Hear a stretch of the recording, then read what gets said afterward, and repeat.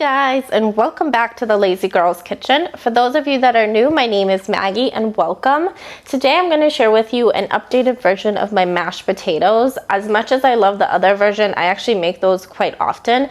This is one that I really focus on for Thanksgiving because it's a little bit more rich. So I want to share it with you. It's so delicious. It's really easy. I know that you and your guests are going to love it as much as my family and I do. So if you want to see how it comes together, make sure you keep on watching. Alright, so to make this, you're going to need some potatoes that I just kind of quartered, and they're full, the pot is filled with water, not all the way up because it'll take forever to boil. You're going to need some heavy whipping cream, some salt, black pepper, garlic powder, unsalted butter, and then some cream cheese. You are also going to want to preheat your oven to 350, but that's going to take a minute, so don't do that right away.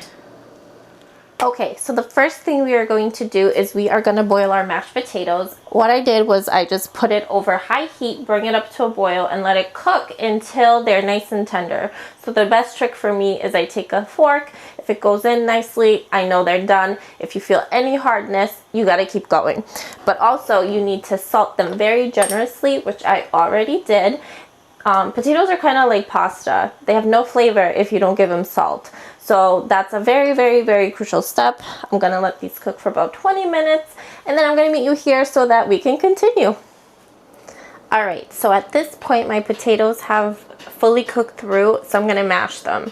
Sorry that I'm standing like this, but I got a new stand for my camera and I can't figure out how to work it, so until my tech-savvy honey bunny gets back, this is what I'm going to have to do.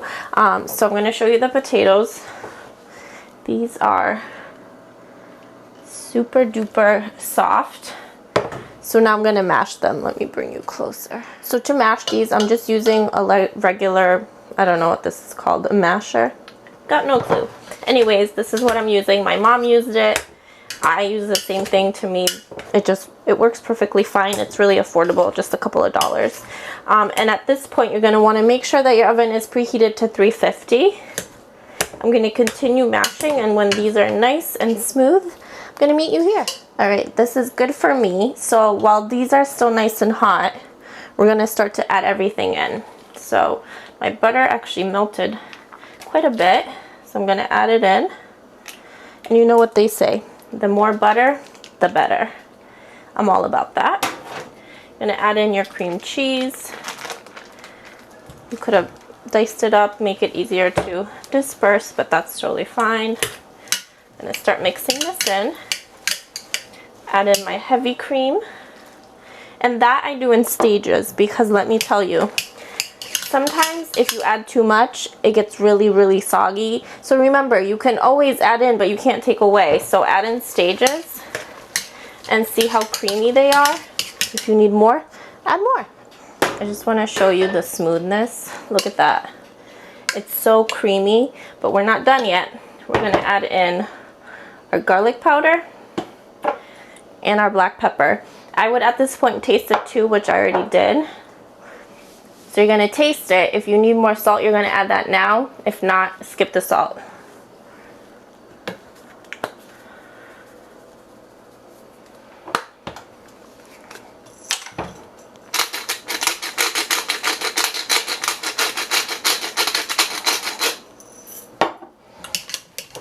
Alright, my mashed potatoes are nice and creamy, so at this point I'm going to go ahead and add them into my casserole dish.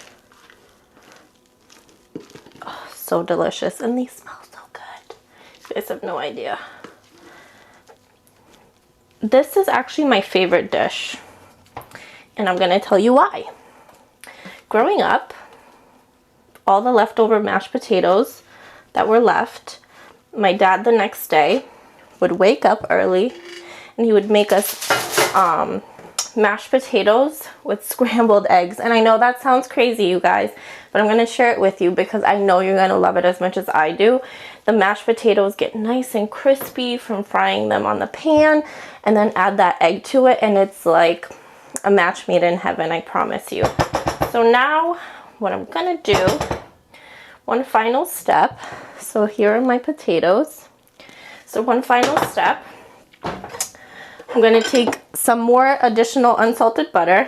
I'm just gonna cut it up into small slices. I'm gonna top my potatoes with this. All right, so here are my potatoes. What I'm gonna do is I'm gonna cover it with aluminum foil. And then what I'm gonna do is I'm gonna bake this with the foil on for about 15 minutes, then remove the foil and let it bake for additional 5 to 10. Then you can take it out and serve it. You guys are gonna love this recipe. It's so rich and wonderful.